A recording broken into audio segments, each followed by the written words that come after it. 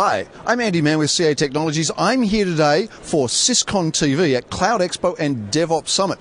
And my special guest right now is Plese from Verizon Enterprise. Hi, Anne, how you doing? I'm doing wonderful. Thank you, Andy. Look, thanks for joining us here. And tell us a little bit about what you do and what Verizon Enterprise is doing. So I look after our blueprint and roadmap for Verizon Cloud. So I look at understanding where we see customers investing, particularly the enterprise market, the large and as well as military enterprise, and corporate and medium business as well. So I look after what they're investing in relative to cloud, where they struggle, what makes a difference in terms of buying decisions for these customers, right? And then how can I infuse that and make that a part of our technology blueprint and the services offering we have for market.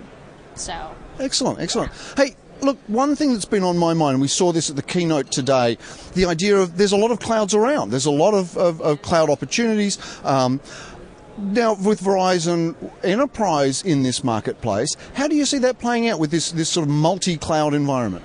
Yeah, that's definitely, and I've had that conversation with many of our customers as well. So I think, if you've seen the recent announcement from Verizon around SCI, or Secure Cloud Interconnect, so that gives companies and our customers the ability to manage their applications as well as the bandwidth needed to connect with other clouds, which is very, very important. So, and at least, what we've seen played back to Verizon, with the fact that we offer public cloud, we offer virtual private cloud, as well as private cloud on-prem and many, many different alternatives. I think our deep knowledge in applications and the fact that we are responsible today for applications that make call-outs to other systems. Those systems and those resources may not necessarily be in Verizon Cloud, right? So we understand that at the end of the day, it's going to be federated. And I think one of our biggest points of differentiation is not just the announcement about SCI, but also our capabilities around security. Yeah, look, that's really important. Security is a huge topic here. So when you talk about security and enterprise-grade cloud, how do you characterize what you're doing differently there? So every year, Verizon actually issues a report together with the industry called the Data Breach Investigation Report, or DBIR report. So, and what we found was about in analyzing some of the attack traffic patterns, about 92% of the patterns that we analyzed fell into 9 specific categories.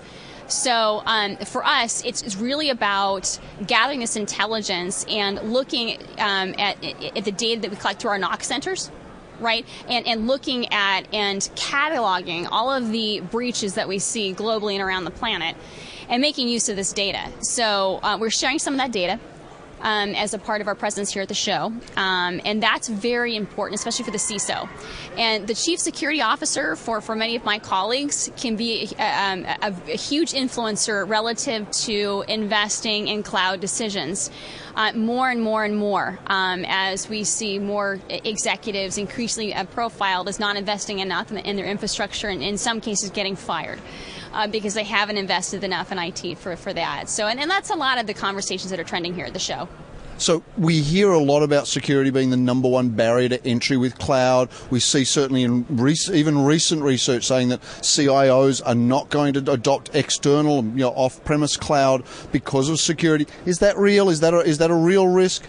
Absolutely. I mean, at least for some of the senior IT executives that I interact with, or CIOs, I mean, they're managing their IT infrastructure like a financial portfolio, and they're managing risk. There's specific workloads that they look after that they're going to have a specific security profile, right? Other workloads which may not be very important to the business have a lower security profile. But at the end of the day, it's really about what our customers' priorities are, but it's really about industry as well. So for PCI compliance for the retail industry is extremely important, and protecting the integrity of the data. So that's also strength to it for Verizon as our footprint in the retail industry. And the fact that we invest in compliance and invest quite a bit in securing that data and fortifying that infrastructure and being very, very proactive around transaction processing, which is, if you look at some of the top security breaches, it's really around credit card or transaction data, right? Which is the most valuable, right? Since we see the breaches happening there. So, but certainly a very wide topic here at the show. Excellent. Now, look, before I let you go, I saw just now you just came out of hosting a great power panel on women in technology. We know that that's an issue with technology. We know that we're all better if we have more diversity. Every company's struggling to get there. What's your advice to senior executives who are looking to build diversity in the organization? There's some of the things you heard on that panel. How would you advise some of the executives to get on board with this diversity train? It was this year, the last couple of years actually, I've seen a little bit of a shift. So it was really inspiring because the female leaders and the executives that participated in the panel, we spent more time talking about the future of cloud and lending their voices to some of the trends that are happening in the cloud industry versus talking about diversity issues, which signaled to me, and these are women with very influential positions and from a startup, from very mature companies, and we didn't talk a lot about diversity. We didn't talk a lot about leaning in. What we did was share our point of view and our opinions on what's really happening in the industry, which I thought was much more valuable. But I will say that one of the other topics too was, because it was discussion about managing your career, as I did ask the panel at a point in time, what's the dumbest thing you did in your career? So, and across the panel, it was pretty intriguing. There was a lot of very emotional responses, including one lady who actually represented the fact that she cried at work. So haven't we all? So, but anyway, so it was a little bit different, where I am seeing more and more of female voices really being a little bit more vocal about what's really happening in cloud trends. So I thought that was definitely a good part of the discussion. So tell me, Anne, what do you think is the dumbest thing you've done in your career? I'm not sure you answered that question when you were hosting, okay, but I'm going to put you on the spot. Okay, Andy, that would have to be this interview. So I'm hoping that we can edit this. So anyway,